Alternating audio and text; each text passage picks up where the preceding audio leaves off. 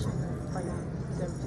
Yes, Western countries should pay more, and there's two reasons for it. One is that the patterns of consumption of the Western countries, the production and the consumption, is so much higher than a developing country like Vanuatu. So the patterns of production and consumption that the developed countries have engaged in, which has allowed them to become developed countries, is the reason why there is such a loss of biodiversity all over the world.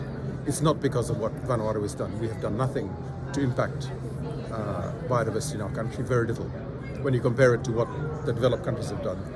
The developed countries are developed because of their high levels of production and consumption over 100 years or 200 years, which has caused climate change and has caused biodiversity loss. It isn't the developing countries. And so because of that, that's the first reason. And the second reason is they have so much more money than everyone else. And so they should compensate us for the damage we are now having to face, particularly, for example, climate change. You know, Vanuatu has contributed 0.00016% of global emissions. And yet we are facing the worst effects of climate change, more than the countries that contributed.